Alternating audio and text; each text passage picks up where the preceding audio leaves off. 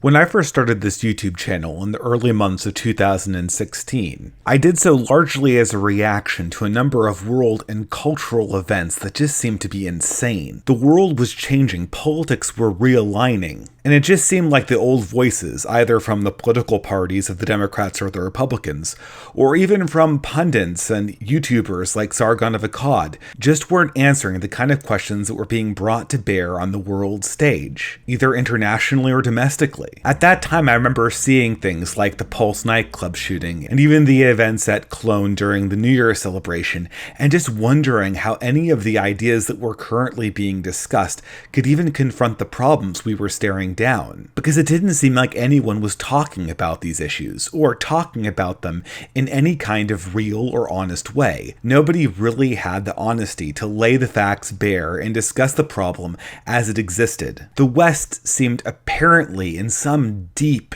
cultural decline, and it could be seen on any front. And nobody was talking about it. Nobody was really grappling with the reality of that core fact. And even in the alternative voices on YouTube, the true magnitude of the situation seemed to be strangely unexamined. And for my own part, this absence was more or less the motivation for starting this channel. I'm not here commenting on how successful it has been at tackling the huge problems that confront Western civilization. But to be honest, I really couldn't stay silent anymore, because it seemed like almost nobody was talking about this. And here astute listeners will notice the modifier almost, because indeed there was a community online that was talking about the decline of Western civilization in the stark terms that seemed to be justified by the events of 2015 and 2016. And the people talking about the decline were none other than the alt-right. Now, suffice to say, I can't give a complete overview as to what the alt-right is in this short video. But to sum it up, the alt-right is largely a dissident right-wing faction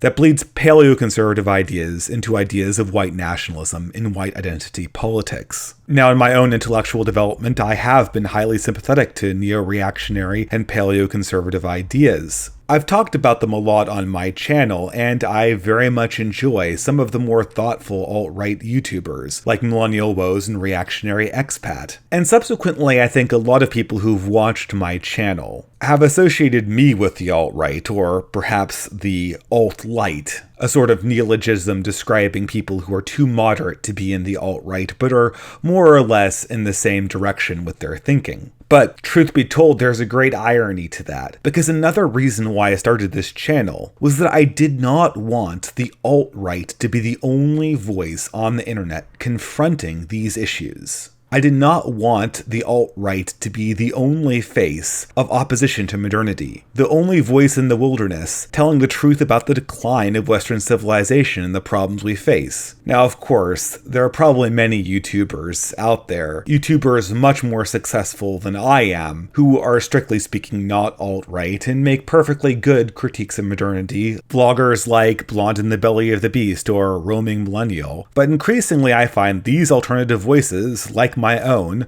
lumped into the alt-right imagistically, either by the left or the alt-right itself. I mean, part of this is more or less just political convenience, and also the radicalism and violence of the left. If you're in a crowd that Antifa is throwing bricks and flashbang grenades into, I'm sure the finer points of why white nationalism is a bullshit ideology aren't really going to be very important. But this has put dissident conservative vloggers on YouTube in a rather strange position. We have to simultaneously acknowledge that history has made us bedfellows of the alt-right, and acknowledge to a certain degree that the alt-right is talking about problems that a lot of other movements, especially most mainstream political movements in this country, aren't talking about. But we also have to confront the deep ideological differences that set our individual perspectives aside from the alt-right. And while I can only speak for myself in this regard, it seems that putting the finger on the ideological differences can be difficult in a way that does not sound pathetic, defensive, or apologetic. This situation puts people like myself in a difficult position.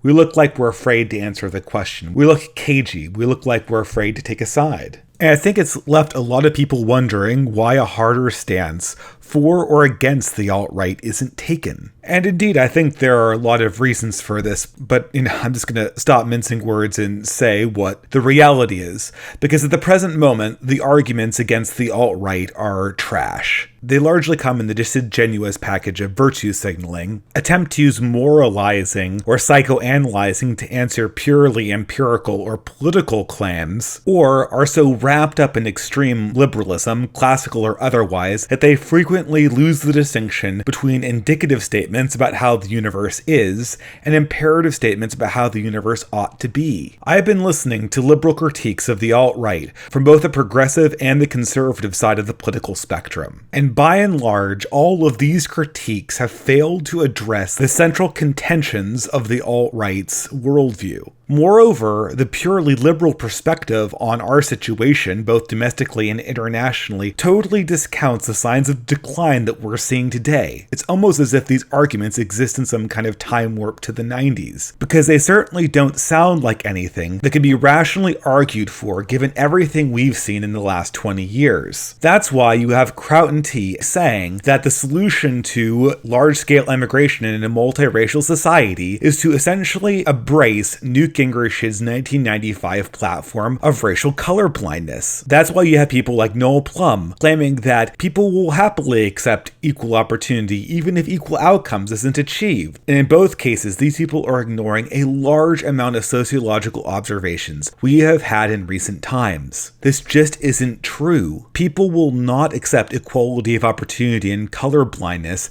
as a default moral position if endemic inequality between groups is still prevalent.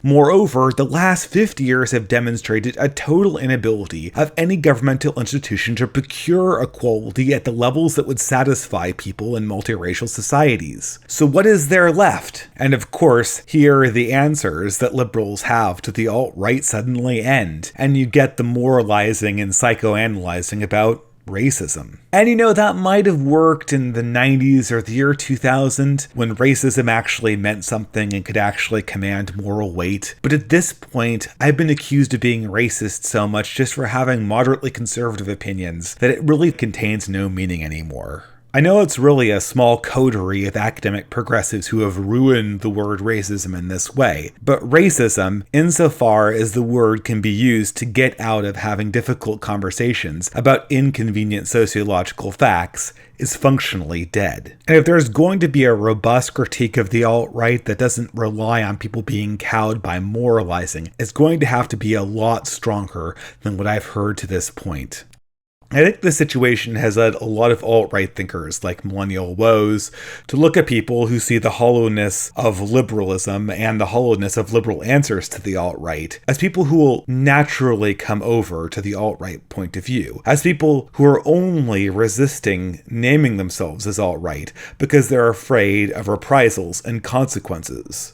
Certainly Millennial Woes and others on the alt-right are fond of saying that there are certain truths that people like myself just aren't willing to embrace or take seriously, and if we only did, we would certainly be one with them politically. And here, when people on the alt-right think or talk about truths that liberals and conservatives like myself just aren't ready to accept, I really think they're talking about three central factual contentions that underlie the basis of the alt-right's political critique of the modern world, but at the same time are totally taboo to talk about in most places in modern mainstream society. In my own words, if I could summarize them, they would be: 1. Racial groups have significant statistical differences in aptitude, particularly intellectual aptitude, that can be directly linked to genetics. 2. Group differences will be impossible to conceal inside society and will always lead to factionalism and political conflict. And 3. Continued ethnic and racial strife will crater attempts at creating happy and prosperous societies. Now, taking aside my own opinion on these facts for the moment, I think we can immediately see the problem and the core of the alt-right critique. Certainly, these propositions are taboo, but what's more, if these propositions are true, even perhaps a little bit true, they totally show the lie of all modern liberal attempts of creating multicultural societies. premises, which is the dominant perspective for most governments in the West today. If these factual premises are true, I'm not so sure Crown T, Noel Plum, Mouthy Buddha, or Sargon of Akkad really have a case to bring against the alt-right, at least none that they've talked about. And so you have to look at these factual premises and ask yourself, are these assertions so ridiculous that we can discount them out of hand? Because given what we've seen in the last 20 years, none of them seem totally out of the question. Okay, now before people get angry at me in my comments,